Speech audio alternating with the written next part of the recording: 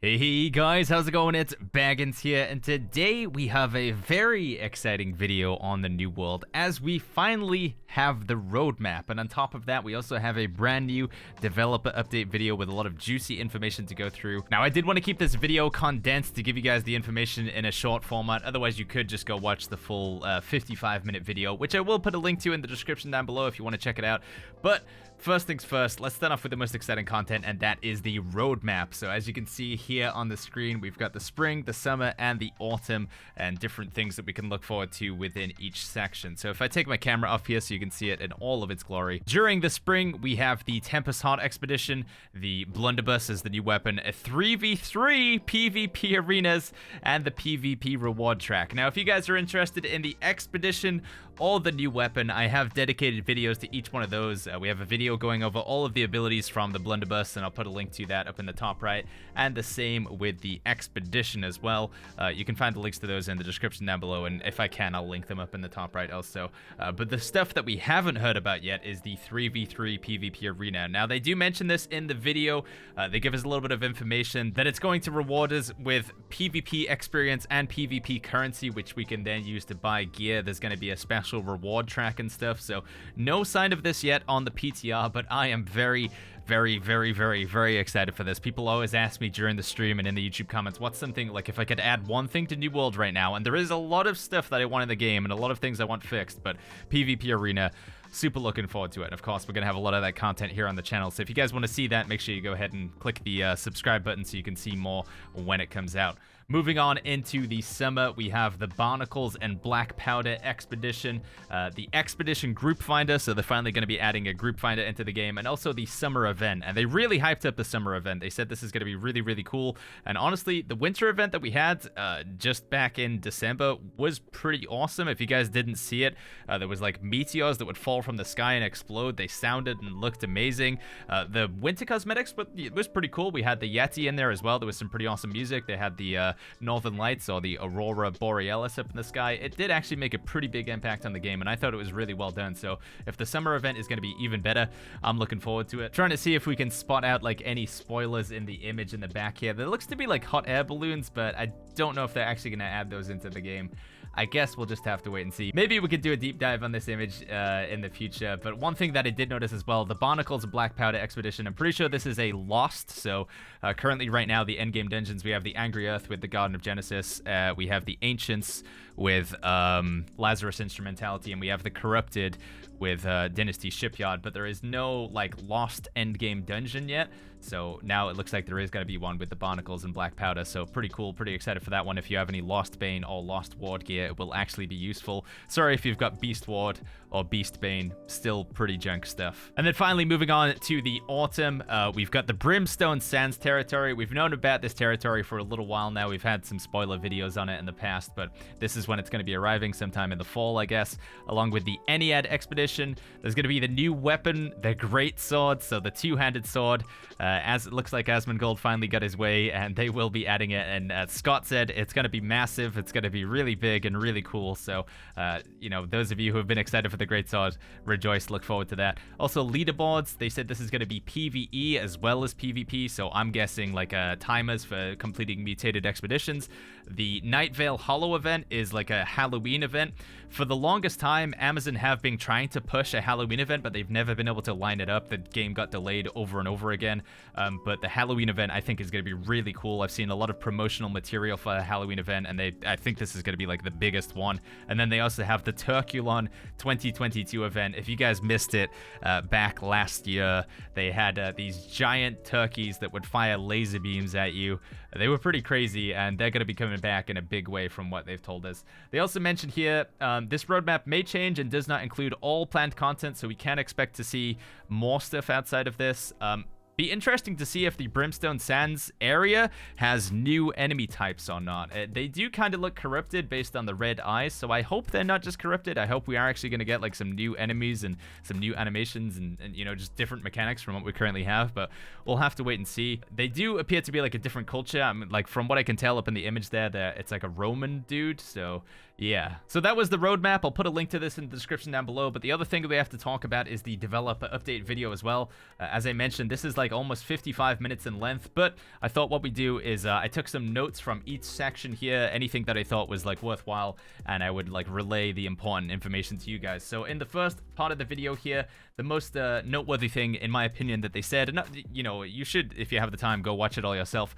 They said the story is going to continue past what we have now. So in the March update, we're going to be able to kill Isabella, or like finish the story with Isabella and the Corrupted, and it's going to move on to something new, probably a different enemy type from the Corrupted, so maybe the Angry Earth or the Ancients. And they also hinted at the idea that we would be fighting somebody that was a friend in the past or something like that. So maybe Jonas the Hermit, I don't know, but yeah, just like to let us know that the story is going to be continuing and the game doesn't end here, which is good to know. In the weapons and combat section, they remind us that they're going to be adding a in-game health regen. From testing it on the PTR, it's not too extreme, so don't worry if you get out of combat, your health isn't going to fly back up. It seems to be somewhat similar to having the food buff, not the 20 seconds where you actively eat food, but like the 30-minute buff that lasts on you, so a pretty mild amount of HP regen, but you will be able to regenerate HP out of combat. Towards the end of this section, Dave also mentions that they're looking at ways to remove tuning orbs as a necessity to get into expeditions, which I'm all for.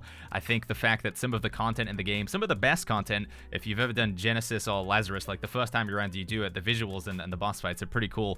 They are locked behind needing to make these tuning orbs. It would be much better if we could enter into the dungeons for free and use the tuning orbs to buff the rewards, so maybe you get some better loot by using a key instead, and that's what Dave says here. Also, he makes some mention that they're looking at ways that they could allow players to reset their points on their territory standing, which would be a pretty big deal, as a lot of us have put points into things based on how the game was in the past. So if you put points into extra territory influence or XP gain or increased storage, in the next patch you're going to find that you don't need the storage as much because the storage sizes are getting doubled inside of houses. So yeah, potentially we're going to be able to respec some of the points there. Pretty good stuff. In the upcoming events section, they talk about cross-region transfers coming very soon. So if you're in North America West and you want to go play on North America East, or you want to come over to Europe and join us, that is going to be something we're going to be able to do very soon, so pretty hype. Then later on, they also said that they are planning a double XP weekend event to coincide with the release of the new update. So my expectation is this spring or March update with the blunderbuss and the expedition is probably going to be coming in the last week of March, so think around the 28th, around that time. And with that, on that weekend, we're going to get a double XP weekend and also a double weapon XP weekend as well. It was a little bit vague. They suggested that, like, it's just going to be the blunderbuss, but I'm pretty sure it will be all weapons available. So if you're coming back to New World, or you're thinking about playing New World for the first time and somehow you're seeing this video, you're going to be able to level up twice as fast, and you're also going to be able to level up your weapons as well. So for me, I've kind of skimped out. I do a lot of life staff, don't really do any bow, rapier, spear, so probably going to be a good time for me to hop in and finally get those weapons leveled up. In the player support and moderation section, I couldn't really find anything of note to put in this video. I think the only thing that was interesting, in my opinion, and it's not to discredit this team, it's just, you know, I'm interested in the content rather than that sort of stuff. But they did mention that if you false report somebody many times, you could see yourself getting banned as well. So good to see that they are, you know, looking at the other side of it as well. Not just like banning people unjustly, but those who are unjustly reporting others will also have consequences for that as well. In the community question section, which you can't see because it's behind my webcam right here, there was quite a few pieces of information that I thought you guys would like to hear about as well.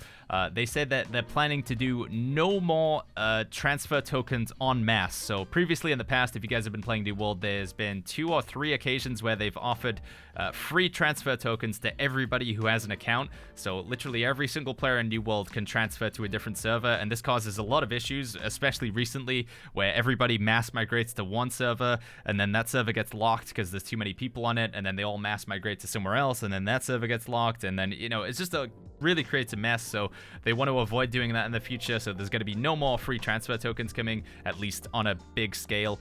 But they are going to be introducing paid transfers. So if you still want to transfer your character to another server, especially, I guess, to take advantage of the regional transfer, then you will be able to like get a paid transfer. They don't say how much it's gonna cost though. My guess is probably around $20. Maybe hopefully I'm shooting too high there. I don't know. What do you guys think would be a reasonable price for a server transfer in New World? They also mentioned there's no plans to preemptively lock servers anymore. When we were given the transfer tokens, they did lock some of the higher population servers to avoid having too big a queues on those ones. But on the same note, they also said that servers can still auto lock. So if too many people transfer to one server in one go and there ends up with too many players on that server, it can automatically lock. So fingers crossed, the servers that are currently locked right now will be unlocked, because I feel like they're all slowly dying as players sort of seep out of them and transfer to other servers that are unlocked. But my suspicion is that they won't unlock any servers until after the March update, because they want to see how many players are going to come back to the game, or how many players are going to start playing the game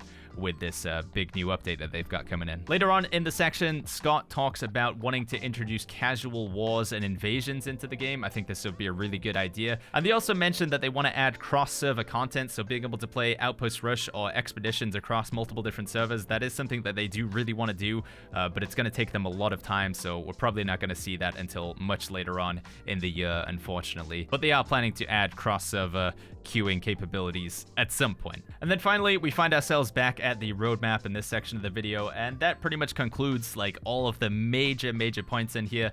Again, if you guys do want a more of a deep dive, obviously you could just watch the whole video, but I really just wanted to hit on like the key points and the most exciting stuff here. It's gotta be said, the March update is looking pretty damn awesome, and this roadmap gives me some big hype for the game. Really looking forward to 3v3 arenas.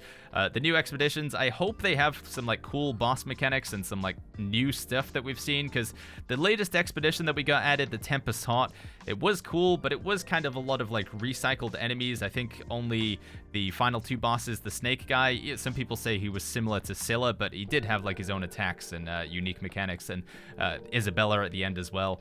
But everything else was kind of like stuff that we've seen before in the game. So yeah, fingers crossed the Barnacles and Black Powder and the Ennead expedition do have some like brand new stuff that we've never seen before. But all in all, very excited for the future of New World. One other thing that I could add to this video is next month, Scott said that we're going to be getting another bug fixes patch. So the month of April is going to be dedicated again to bugs, bots, and bans. So just like we had back in February, fingers crossed that they're going to be able to work on the combat, because it's kind of miserable right now with the queuing and the stuttering and stuff like that. But yeah, all in all, very excited for New World. This was a great developer update video. I hope they keep doing them. And let me know what you guys are thinking about all this in the comments down below, as always. Like the video if you enjoyed the video. Subscribe for more, and I'll see you guys all in the next one.